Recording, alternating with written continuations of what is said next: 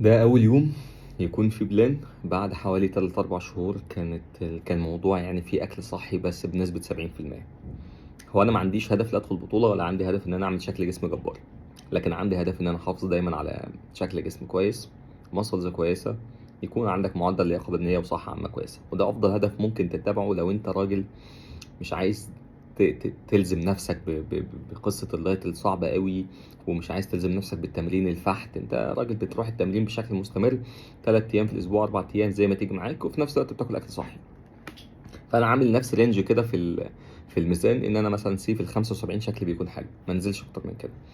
والعضلات والنسبه الدهون بتكون برضه حلوه لغايه ما اوصل مثلا 84 85. العب في الرينج ده. اول ما اوصل 84 خلاص لازم امسك دايت تاني واقرص على نفسي وازود الكارديو في التمرين علشان انزل تاني مثلا ايه ل 79 78 في الحدود دي، واوصل للحته دي وبعد كده افتح في الاكل تاني. وفي نفس الوقت الزون بتاعي ان انا ماسك في الاكل ده مش ماسك قوي، بس بنظم الاكل على قد ما اقدر. فمن ضمن الحاجات اللي انا بعملها، انا بحب البطاطس جدا.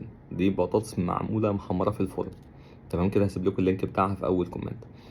فانا بقسم الكارب بتاعي، يعني مثلا لو عندي 100 جرام رز 150 جرام رز ممكن مثلا اخد 70 و70 بطاطس. ده بيخليني اعرف ابلع الاكل بشكل كويس. وفي نفس الوقت الفلفل الهالوبينو ده برضو بيساعدني. اي حاجه فيها ملح خفيف ده بقى برضه بعمله في البيت بملح الهيمالايا خفيف شويه. بس ففكره انك تمشي على لايف ستايل في الاكل دي اهم بكتير جدا وافضل واذكى بكتير قوي من انك انت تزنق نفسك فتره معينه عشان تعمل تارجت معين وبعد كده تسيبه، فتلاقي نفسك بتتخن قوي بعد ما تسيب الدايت والرياضه. فده بيقع فيها ناس كتير قوي. لا يا معلم، انت عشان تفضل محافظ على جسمك وصحتك طول الوقت، لان الصحه مش هينفع احافظ عليها مثلا ايه اسبوع واسيبها تاني، او شهر واسيبها تاني واتخن وارجع ابدا تاني. لا، الفكره كلها انك تحط لنفسك رينج معين في الميزان، وفي نفس الوقت طول الوقت بتكون بتاكل اكل صحي. ده صحيا لنفسك عشان الامراض وعشان المشاكل الصحيه اللي ممكن تظهر لك، فاهمني، وعشان ما تتخنش بسرعه وتفقد السيطره على نفسك. وفي نفس الوقت ايه بتوصل لرينج اكبر شويه وبعد كده ترجع تبدا تاني او تقرص على نفسك تاني. الكلام ده كله وانت بتلعب رياضه، ممكن يومين في الاسبوع 3 ايام 4 ايام. المهم انك انت تحاول تحافظ على اللايف ستايل ده. ده اسمه لايف ستايل صحي. ده راجل بيحافظ على نفسه او بنت بتحافظ على نفسها صحتها كويسه. وتنويع الاكل من اكتر الحاجات اللي هتخليك فعلا تتبسط بالاكل.